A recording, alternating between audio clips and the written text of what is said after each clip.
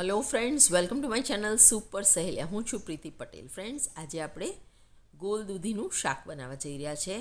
લાંબી દૂધીનું શાક, દૂધી ચણાનું શાક, ઘણા બધા આ રીતે શાક આપણે બનાવીને ખાધા છે ને ખાતા રહીએ છીએ, પણ આજે આપણે ગોલ દૂધીનું શાક બનાવીએ। તો દૂધીને મેં સરસ ઉપરથી છોલી લીધી છે પોટેટો પીલરની મદદથી, અને હવે આપણે એના નાના નાના ટુકડા કરી દઈશું। તો નાના પીસીસ કરવા માટે આપણે આ રીતે ગોલ ગોલ પૈતા કરીશું અને એના આ રીતે નાના નાના પીસીસ કરી નાખીશું। તો તમે જોઈ શકો છો કે બધા પીસીસ રેડી થઈ ગયા છે। તો ચાલો હવે વઘાર કરીએ। તો એના માટે આપણે એક કઢાઈ મૂકીશું। કઢાઈમાં 3 થી 4 ચમચી જેટલું તેલ મૂકીશું। ફ્રેન્ડ્સ, તેલ વધારે ઓછું તમે કરી શકો છો, હું ઓછા તેલમાં જ બનાવું છું। તેલ ગરમ થાય એટલે એમાં રઈ તતડાવીશું, જીરું નાખીશું અને હવે આપણે એમાં એડ કરીશું લીલા મરચાં।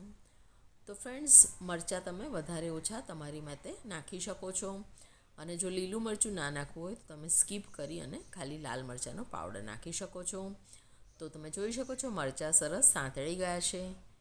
તો હવે આપણે બીજા મસાલા કરીશું।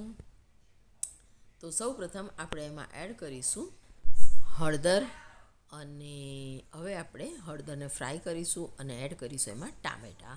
તો ફ્રેન્ડ્સ, આજે મેં મેળવણી કરી છે દૂધી અને ટામેટાની। તો કોઈ પણ મેળવણી તમે કરી શકો છો। ધાણા જીરાનો પાવડર નાખીશું અને હવે આપણે લાલ મરચું નાખીશું અને ટામેટાને સરસ સાંતળીશું।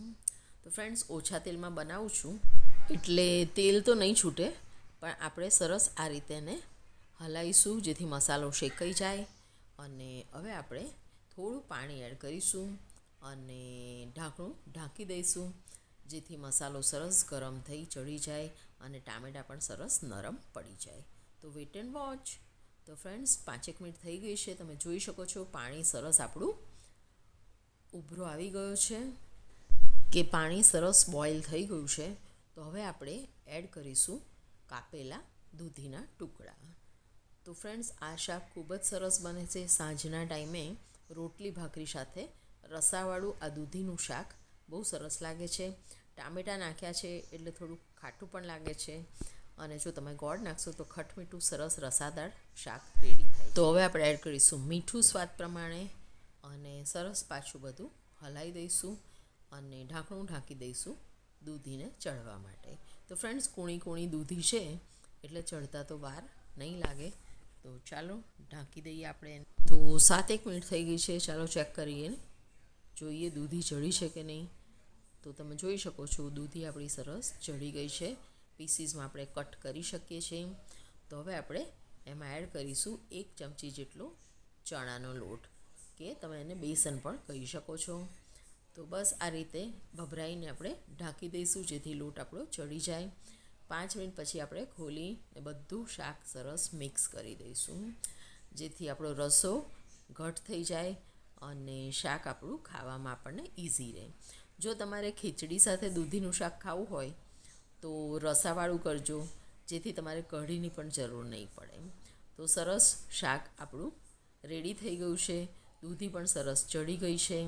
તો ચાલો હવે આપણે એક સિક્રેટ ઇન્ગ્રીડિયન્ટ એડ કરીએ, તો એ છે કસૂરી મેથી। હા ફ્રેન્ડ્સ, કસૂરી મેથીને આપણે આ રીતે હાથમાં લઈ અને એને કચરી અને ભભરાઈ દઈશું। તો 1 થી 1.5 ચમચી જેટલી મેં મેથી એડ કરી છે, અને બસ હવે બધું શાક સરસ હલાવી દઈશું। રસો પણ આપણો ઘટ થઈ ગયો છે અને કસૂરી મેથીને લીધે સ્વાદ પણ બમણો થઈ ગયો છે। તો બસ 2-3 મિનિટ ઢાંકી અને ખોલીને પાછું આપણે હલાવી અને ગરમ ગરમ સર્વ કરીશું। તમને રેસીપી કેવી લાગી તે ચોક્કસ કમેન્ટ બોક્સમાં લખજો। ફરીથી નવી વિડીયો સાથે મળીશું। Thank you, keep watching super સહેલિયા।